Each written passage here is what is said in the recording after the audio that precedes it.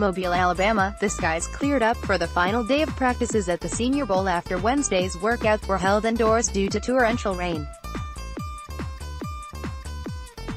Fran, Duffy and McPherson offer their top players from Thursday as the game inches closer. Fran's North team standouts CB Corey Ballentine, Washburn. The cover man from Washburn has been a favorite of analyst Tony Pauline all week long on the Journey to the Draft podcast, and I thought he had an impressive outing on Wednesday in one-on-one drills, netting a couple of pass breakups on the perimeter. The small school corner certainly made a name for himself this week. Terry McLaurin, Ohio State. Outside of Deebo Samuel on the South team, no receiver was more well-rounded this week than Terry McLaurin. An athletic freak who should test well, McLaurin is a team captain, a great special teams player, and proved to be a technician both with his releases and as a route runner. He had a very good week of practice and ended the week with an exclamation point of a Thursday. RB Karen Higdon, Michigan. The two-year starter from Michigan stood out in one drill in particular, the pass protection session against blitzing linebackers. This was expected, as Higdon was a standout blocker throughout his career, but I thought he further proved himself in that arena in Thursday's practice. C-Mac's North team standouts. I focused my attention on the O-line, D-line drills, so my standouts are concentrated along the line of scrimmage. Michael Dieter, Wisconsin. During the 9-on-7 drills, Dieter was utilized as a pulling guard and helped spring big runs by backs Dexter Williams and Tony Pollard. He got great push against defensive lineman Byron Coward on another rep.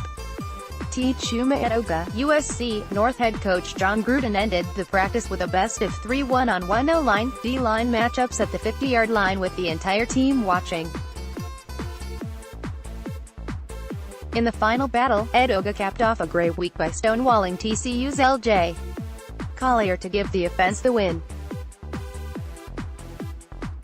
Charles Omenihu, Texas. During the team period, Omenihu flew off the edge to beat Edoga, which forced quarterback Daniel Jones to get rid of the ball sooner than he wanted. Omenihu followed that up on the next snap by getting into the backfield and tapping running back Karen Higdon. Wren, Arizona State. He stood out during the 9-on-7 period by getting good penetration in the backfield. He was also difficult to handle during O-line, D-line one-on-ones. I will note that he did get beat by Kansas State's Dalton Risner in the first rep of the one-on-ones to end the practice. Risner was fired up and went over to let Gruden know.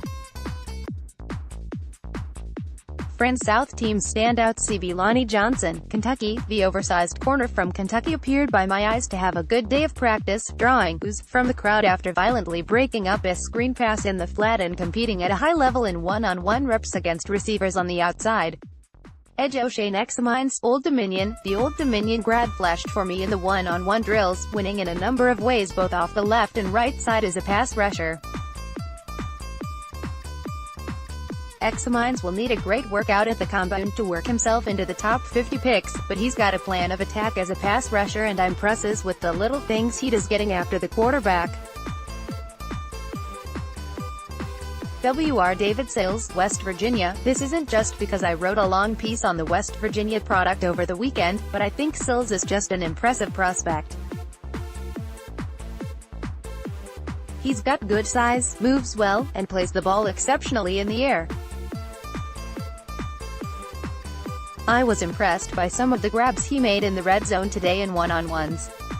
He has faced adversity this week, as he needs to get better with his releases off press coverage and with creating separation as a route runner, but he's a very intriguing developmental talent at the wide receiver position.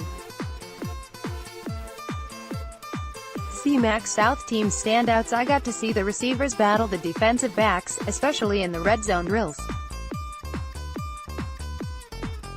Travis Fulgham, Old Dominion. The small school wideout ran nice routes to win in the red zone one-on-one drills.